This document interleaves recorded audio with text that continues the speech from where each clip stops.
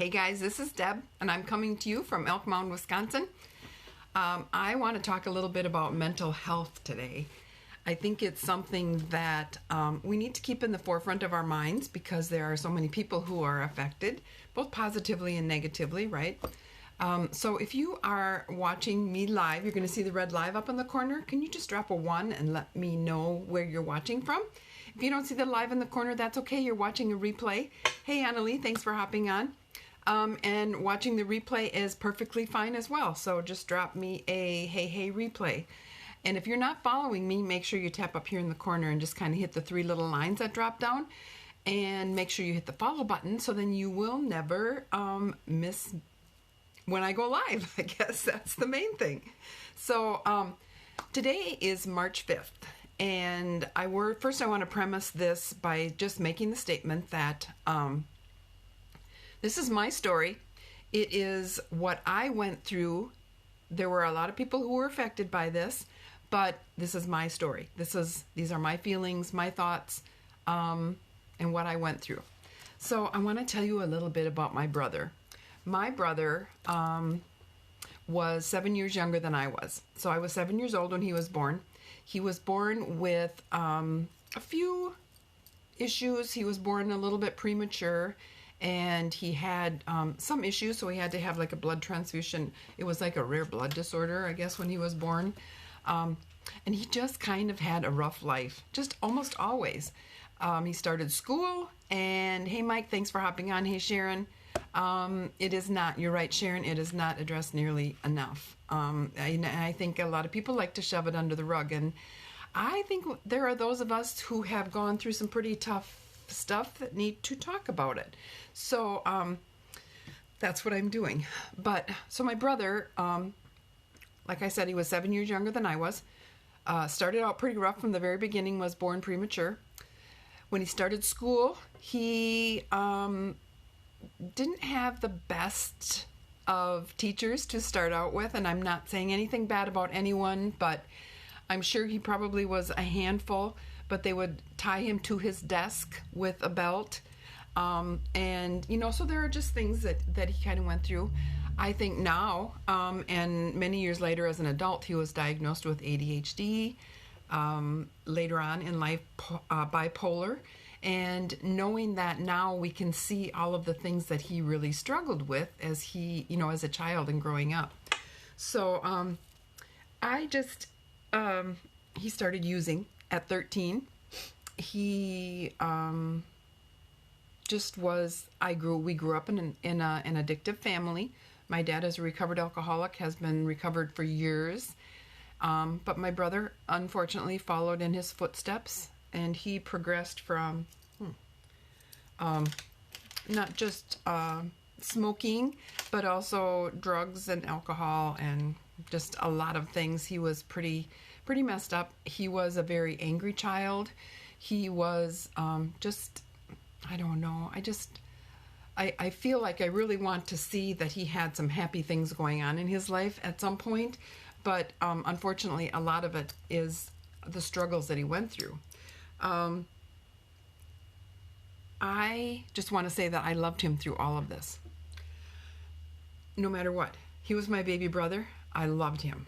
And I was always the person who was kind of there to help him work through things. And so 3 years ago to the day, he took his life. And it was the first day I had just retired. I was sitting in the living room here at home, and Greg said to me, "What are you going to do today?" And I said, "I'm not really going to do much of anything. It's my first day of retirement." And it was about an hour later that we got the phone call that he had taken his life. And it changed a lot of things. It was a huge trajectory for us because I didn't know what to do, right? I mean, it brought me to my knees. There were a lot of things that led up to this, a lot of things, and I know he was not a very nice person a lot of times because of his bipolar and his ADHD and his addictions, and I don't make any excuses for him whatsoever, but all I say is that I loved him. I loved him unconditionally, I guess, until about the last 2 or 3 weeks that he was on this earth. he wore me down. And I know that there are other family members out there who are struggling. I know that there are people who are really having a hard time with addiction or mental health. And one of the things that I really want to do is get the mental health awareness out there in front of people. I want to talk about it. I want to share it. I don't necessarily want my brother's voice to be gone because he is gone. I want to be able to continue to talk about the issues and hopefully at some point maybe help someone, help someone who is going through a similar situation or who has gone through it. How do we work through these feelings, these emotions, the feeling of could I have done more? I didn't do enough. How could I have changed the outcome? I don't know that I could have. I have talked to quite a few people. I have done counseling. I have talked to our pastor at our church. And I'm not, I thought that today would be a really hard day for me, but I'm finding more that it's a day for me to share as opposed to, it'd be easy for me to climb back in bed, right, and just say, I'm not gonna deal with today because today is 3 years. It's a 3-year anniversary of something horrible that shattered our family. And it did. It just shattered. It blew things up for us. And how do you get past that, right? We're still working. We're still working through it. There are some days when I'm really lost and I think, I don't know what to do. I do pray a lot. So I'm going to say that because that has been a huge thing for me. But I'm just curious if anyone else has ever gone through anything like this or if you have struggled with mental health issues. I just feel like if we're living,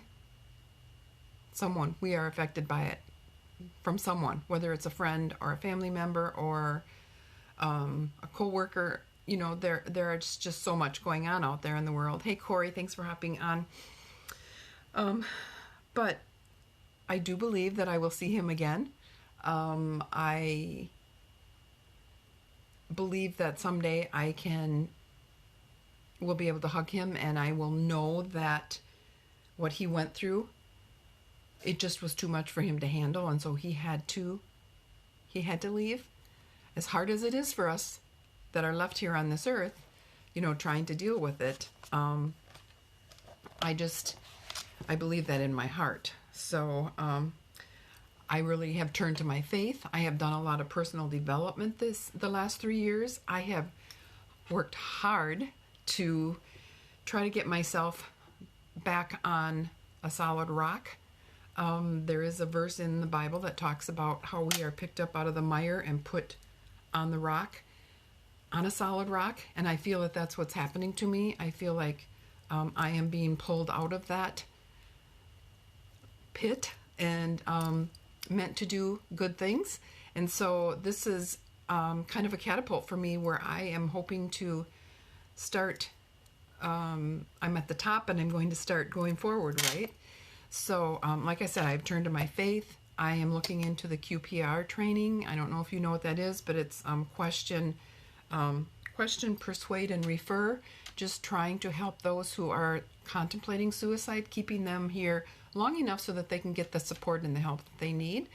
So that's one thing that I'll be looking into and just moving forward. I think that God did not put us on this earth to be miserable. And I think that we have the opportunity when something horrible hits us and tries to destroy us to come out of it the other side a stronger person. And that's what I am hoping to do. So hopefully you got something out of this today. Thank you for listening to me. It has helped me. Hey, Monica, thanks for hopping on.